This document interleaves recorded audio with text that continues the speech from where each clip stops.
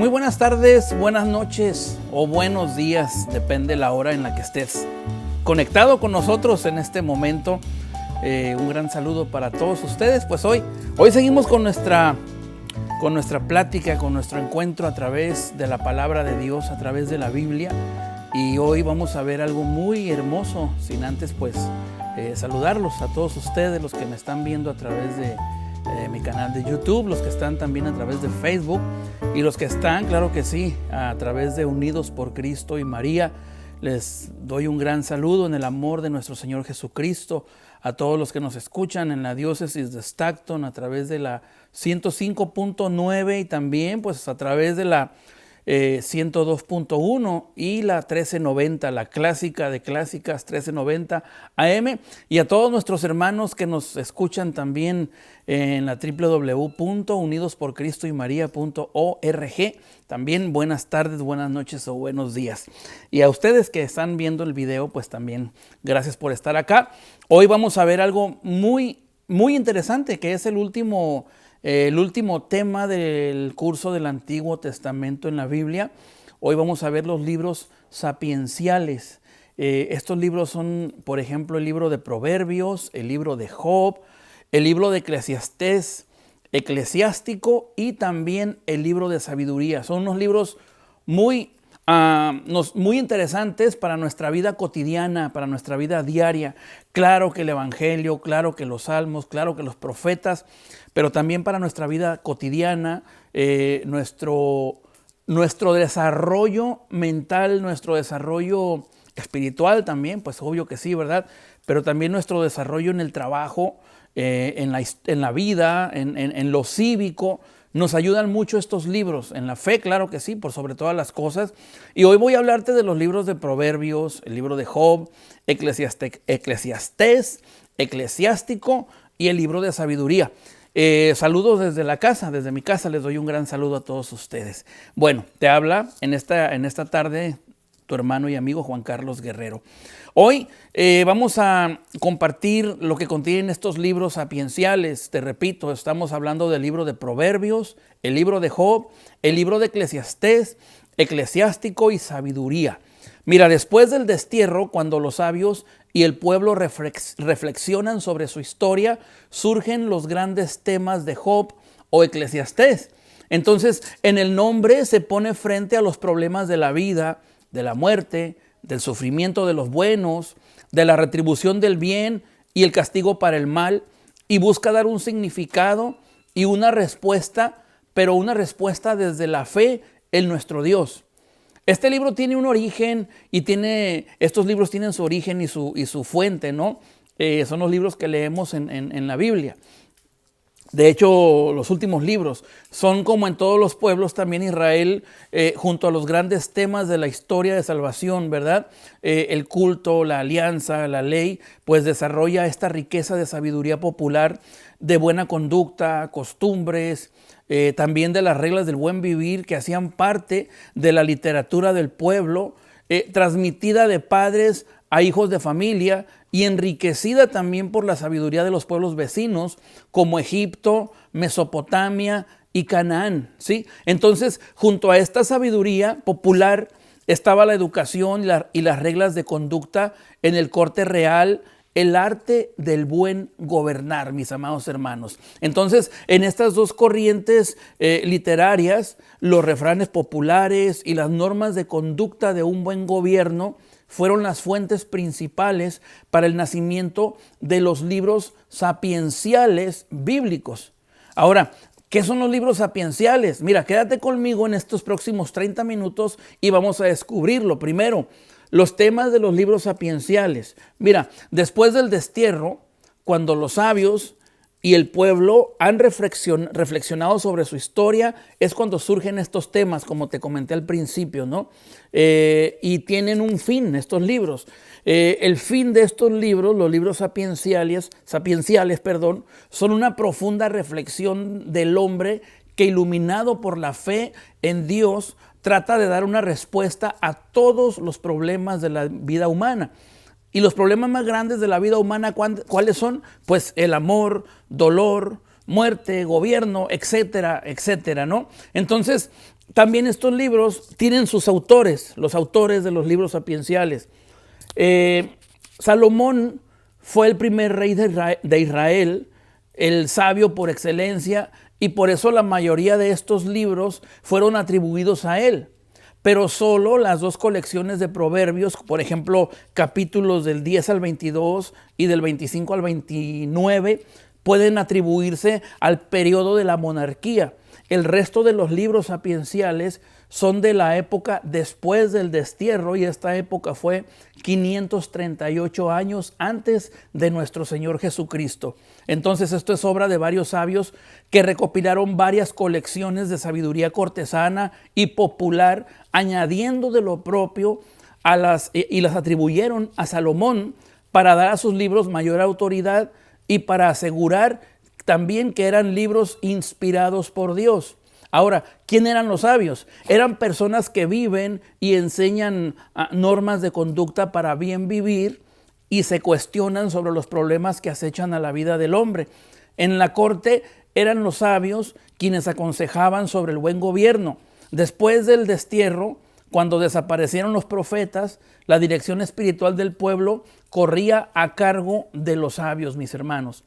Estos libros contienen sabiduría también. ¿Qué es sabiduría para la iglesia? ¿Qué es sabiduría para nosotros? ¿Qué es sabiduría para ti? ¿Qué concepto tienes tú de la sabiduría? Mira, el concepto de la sabiduría fue poco a poco purificándose con los años. En un inicio, sabio era el que tuviera oficio fijo, el consejero del rey, la anciana estatua, astuta, digamos. Entonces, más tarde, sabio era quien cumplía con la religión.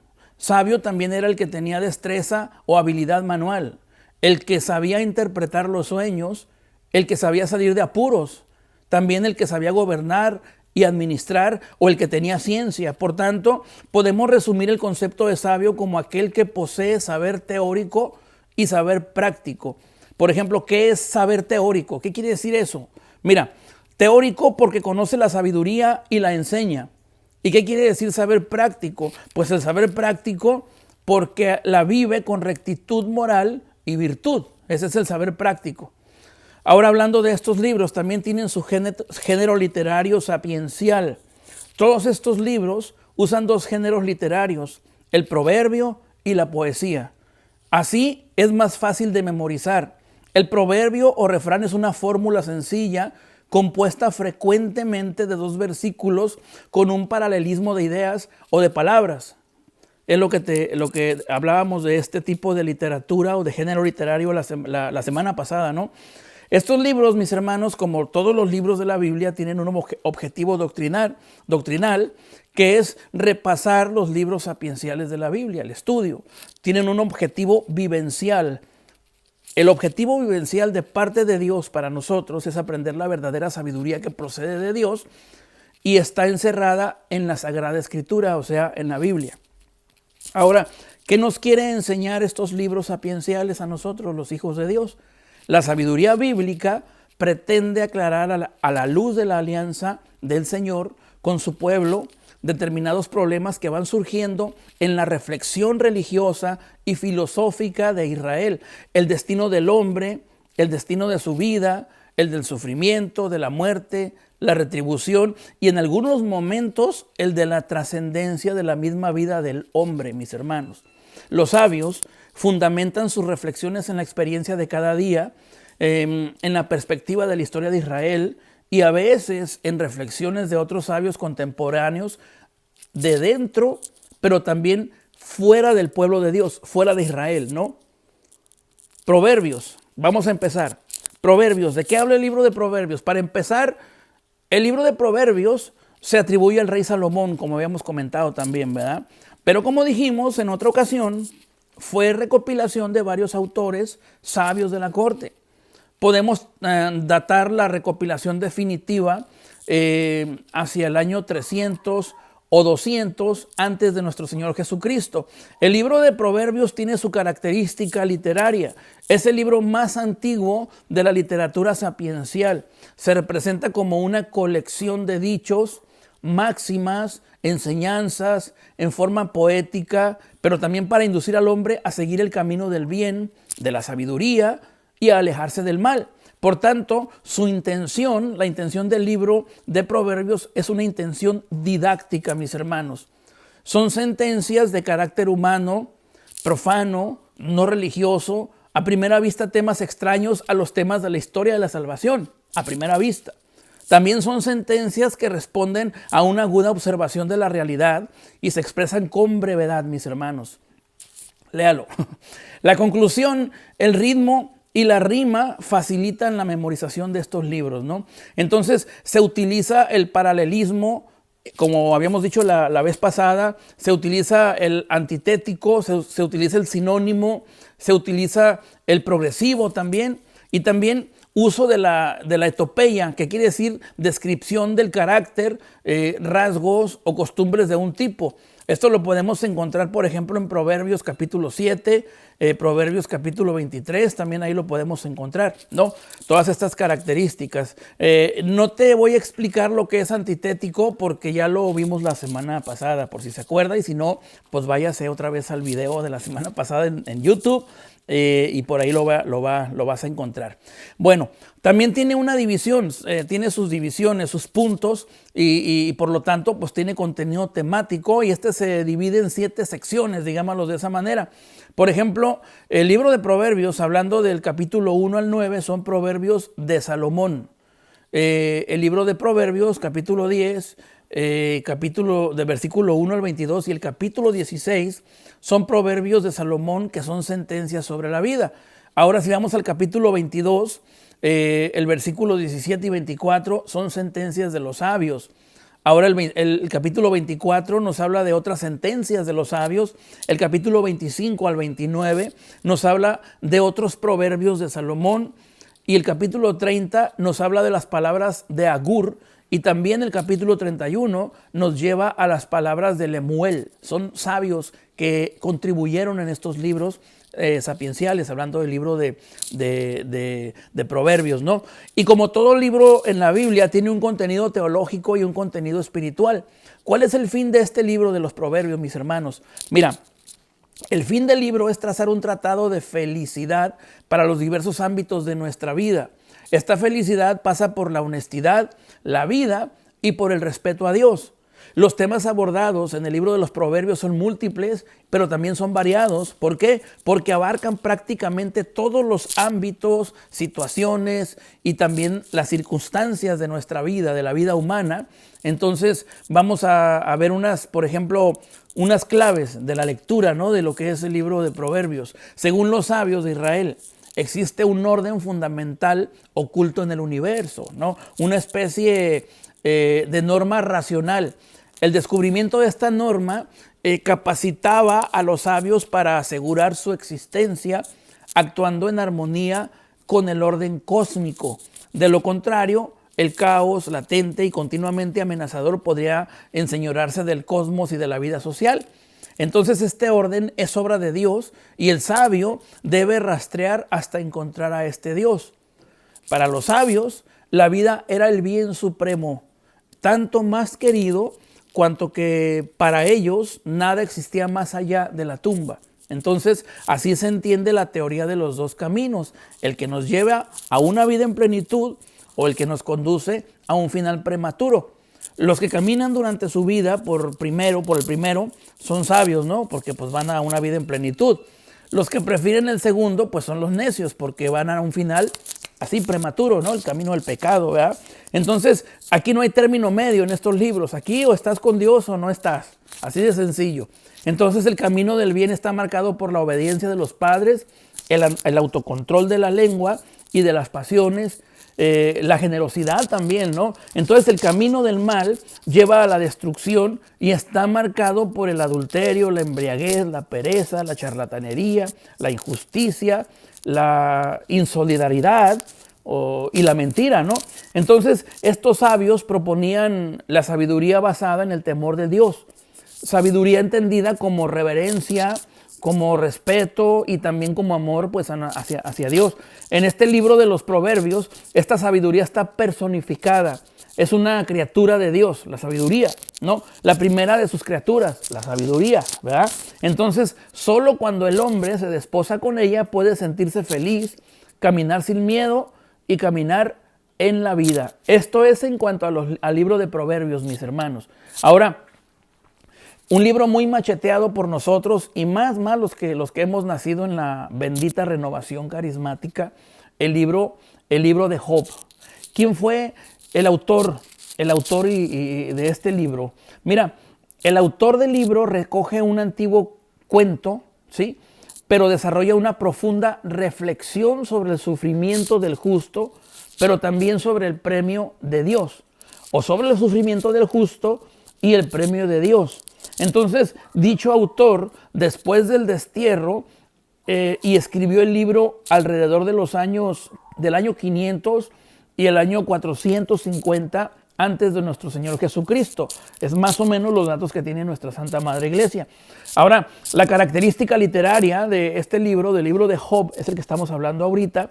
A pesar de la variedad y aparente dispersión, el conjunto aparece armonioso y bien logrado. Por ejemplo, prólogo y epílogo reproducen una antigua y una popular narración oriental ambientada en un contexto patriarcal. Yo le recomiendo que lea el primer capítulo de Job, ¿no? Para que comprenda esto que le acabo de comentar. Entonces, utiliza también el diálogo en una especie de escenificación dramática que permite confrontar argumentos y hacer avanzar las posiciones. En el libro de Job también encontramos himnos, encontramos máximas, encontramos comparaciones, listas y enumeraciones, ¿no? Encontramos controversias que les llaman controversias judiciales, maldiciones, invectivas, confesiones, etc. Hay muchísimo que encontramos en este libro y el estilo del libro de Job es poético, pero también es rico y es variado. Y como todos los libros, este libro tiene su división, sus secciones y su contenido temático. O sea, el tema del libro es el mismo, el misterio del sufrimiento del justo y el premio de Dios. Es un misterio, mis hermanos. ¿Por qué el justo sufre? ¿Por qué el justo sufre? ¿Dios lo quiere sufriendo o qué onda? Dios lo premia cuando sufre, ¿no? Pero vamos a verlo por partes. Mira, del capítulo 1 al 2 encontramos el prólogo en la narración popular del Santo Job. Del capítulo 3 al capítulo 27 hay 3 series de diálogos donde sus amigos repiten las ideas tradicionales. Dios premia al bueno y castiga al malo, pero Job se defiende y prueba que también los buenos sufren y se pone en las manos de Dios. En el capítulo 28 al capítulo 37 encontramos el discurso del joven Eliú, que defiende la justicia de Dios, pero siguiendo las ideas tradicionales. Explica que Dios castiga a veces a quien hace el bien porque lo hace con soberbia. Entonces Job sería uno de ellos. Job no protesta, acoge la llamada a la humildad, pero Job no era soberbio. Entonces, ¿por qué Dios lo castigó? Esa es la pregunta, ¿no? Vamos a irlo entendiendo. Mira, en el capítulo 38 al 42 encontramos lo que se llama teofanía. Esa es la palabra teofanía con el acento en la I. Entre esta escena, el mismo Dios, para dar su respuesta, le pone ante la vista su infinita sabiduría y su omnipotencia y le recuerda a Job su pequeñez e incapacidad para entender y juzgar la actuación de Dios creador y sabio. El verdadero sentido del dolor del justo solo se encuentra en Dios, mis amados hermanos. Y esto es muy importante. Si no lo comprende usted, le recomiendo que lea el libro de los santos. Libro de los santos. Y ahí vas a encontrar que el verdadero sentido del dolor del justo solo se encuentra en Dios. Ahí vas a encontrar la respuesta. ¿Pero por qué sufro? ¿Por qué esto? Hace un rato veníamos de misa, creo que de misa, y precisamente mi esposa me venía poniendo, ¿cómo se dice? Me venía aterrizando en mi realidad, ¿no? Tu realidad es esta, Juan Carlos, me decía. Bueno, ella me dice el chaparro, ¿verdad? No sé por qué. Pero me venía diciendo, mira, esta es tu realidad, Dios quiere de ti esto, Dios te ha encontrado con esto y Dios ha hecho contigo tal y tal y tal y tal. y me hizo ver las cosas tal cual son, así que pues bendito sea Dios.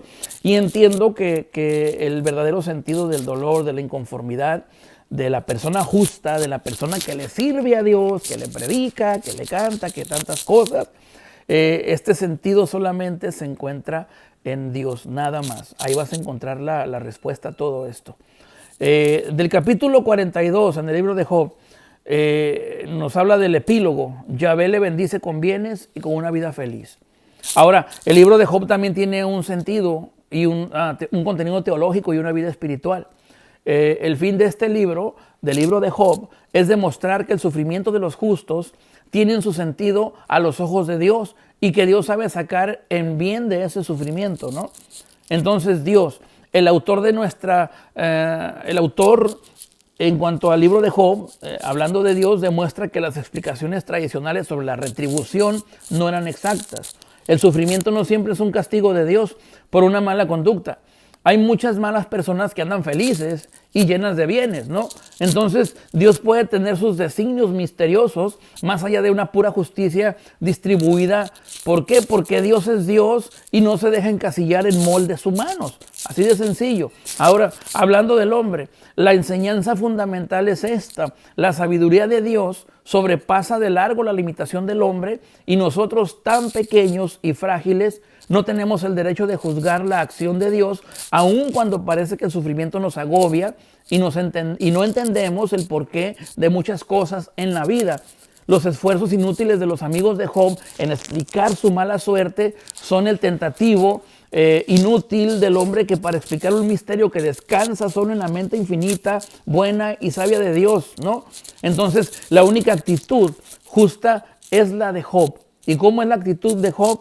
Abandonarse confiando en la sabiduría de nuestro Padre Yahvé. A Job, mis hermanos, solo le queda el consuelo de aferrarse a su inconsciencia mientras va alumbrando la esperanza en un Redentor que rescate su vida y ponga de manifiesto su inocencia.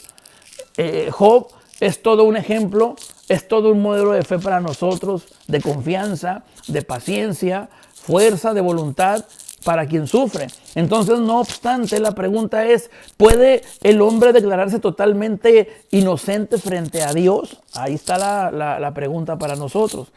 Ahora, otro punto que tiene teológico y espiritual, en el libro de Job se vislumbra el sentido profundo del dolor y del sufrimiento. El dolor como medio de revelación divina, con valor medicinal y curativo, al tiempo que combate el orgullo del hombre, mis hermanos. Esto es en cuanto al libro de Job, a lo que le llamamos el santo Job. Y por último, hay un libro muy hermoso y también muy poético. Para mí, fue lo primero que percibí cuando lo leí por primera vez hace muchos años. El libro de Coelet. ¿Quién lo escribió y en qué tiempo se escribe este libro? Mira, Eclesiastés es la traducción castellana de la palabra Coelet. Vamos a empezar por el principio. Las dos palabras designan al autor del libro. Eclesiastés quiere decir predicador, maestro, el que dirige una asamblea, ¿no? ¿Qué quiere decir Eclesiastés? Predicador, maestro y el que dirige una asamblea. Entonces, su verdadero autor de este libro es un maestro desconocido que vivió entre los años 300 y 200 antes de nuestro Señor Jesucristo. ¿Cuáles son las características literarias del libro de Coelet, mis hermanos? El tema tratado es originario, o más bien dicho, si bien es originario en su manera de desarrollo. Tiene influjos de la literatura egipcia, también tiene sus influjos de la literatura mesopotámica, o a determinadas corrientes filosóficas griegas, este libro, ¿no? Entonces, hay sensación de un cierto desorden en los temas. ¿Por qué? Porque va repitiendo durante todo el libro los mismos temas, libro de Coelet. Léalo y repáselo para que vea que es neta, que sí es cierto, ¿no? Entonces, este libro recurre a la reflexión en tono coloquial, salpicada con citas de máximas tradicionales que el autor rebate o discusiona hábilmente, avanzando siempre por contrastes. Esto es en cuanto a la característica literaria o género literario o el estilo en el que está escrito, ¿no? Entonces también tiene su división y su contenido temático. El libro es una reflexión filosófica sobre la vida y sus aspectos más problemáticos.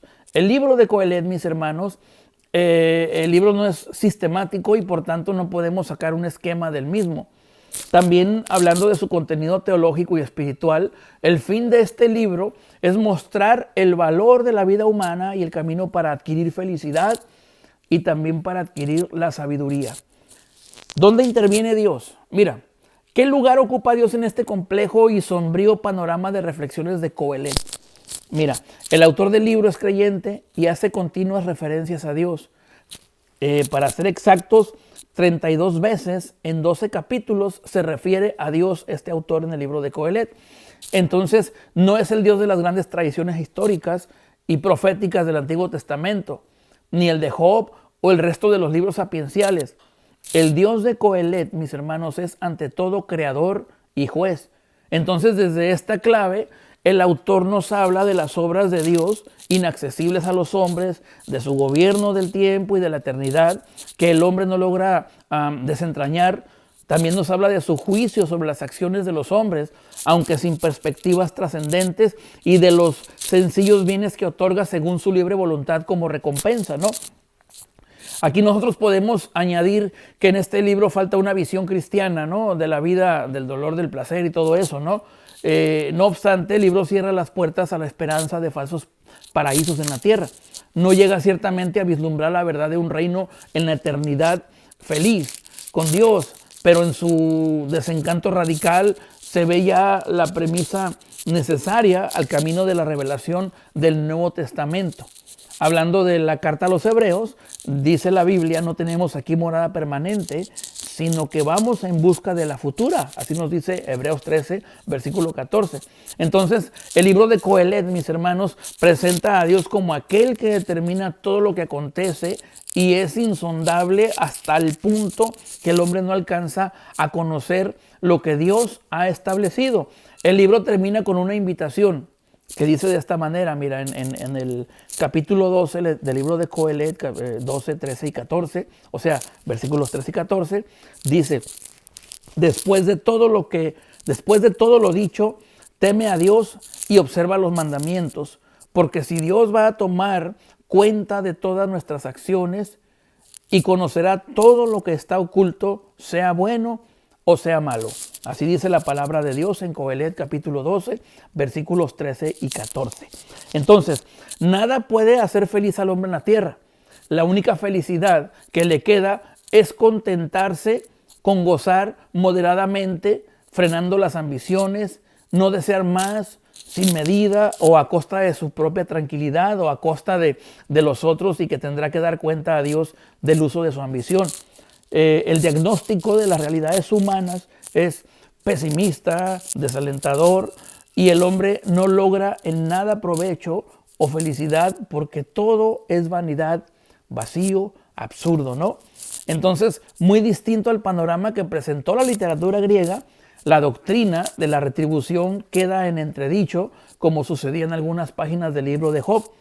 Pero esto hay que verlo dentro de la progresiva revelación de Dios al hombre, que en Jesucristo nuestro Señor tendrá su plenitud, ¿ya? Entonces, por eso, este honesto inconformista, hablando de Coelet, es una voz más en esa genial polifonía de la revelación de la Biblia, mis amados hermanos, ¿sí? Entonces, con esto nosotros yo voy a terminar. Queda hablar un poquito sobre el libro de Eclesiástico o Sirácides. La semana que entra, primeramente Dios, el 20, ¿qué? Veintitantos de diciembre, 26, 27, 28, por ahí, voy a estar platicando, compartiendo contigo el Eclesiástico o Sirácides, que está dentro de los libros sapienciales, y haciendo ¿cómo se llama?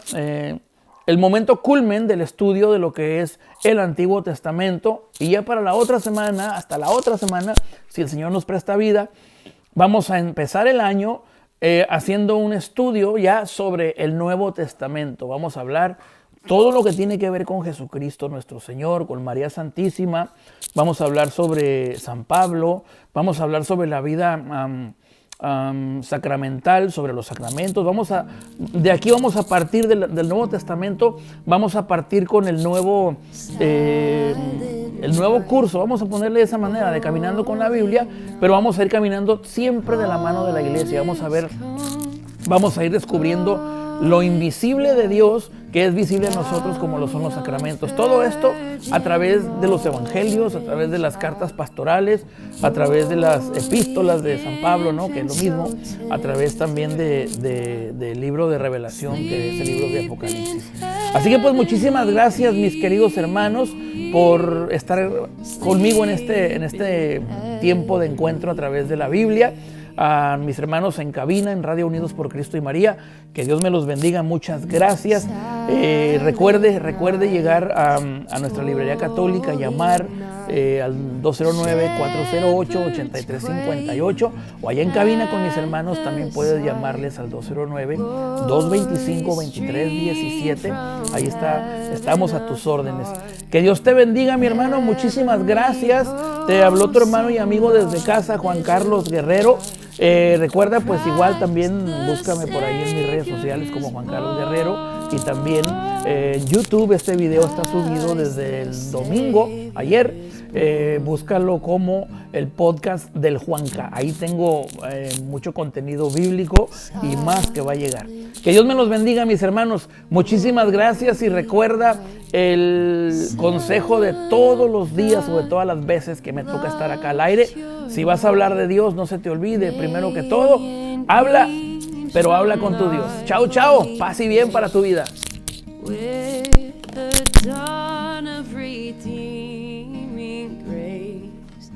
Christ the Savior is born. Christ the Savior is born.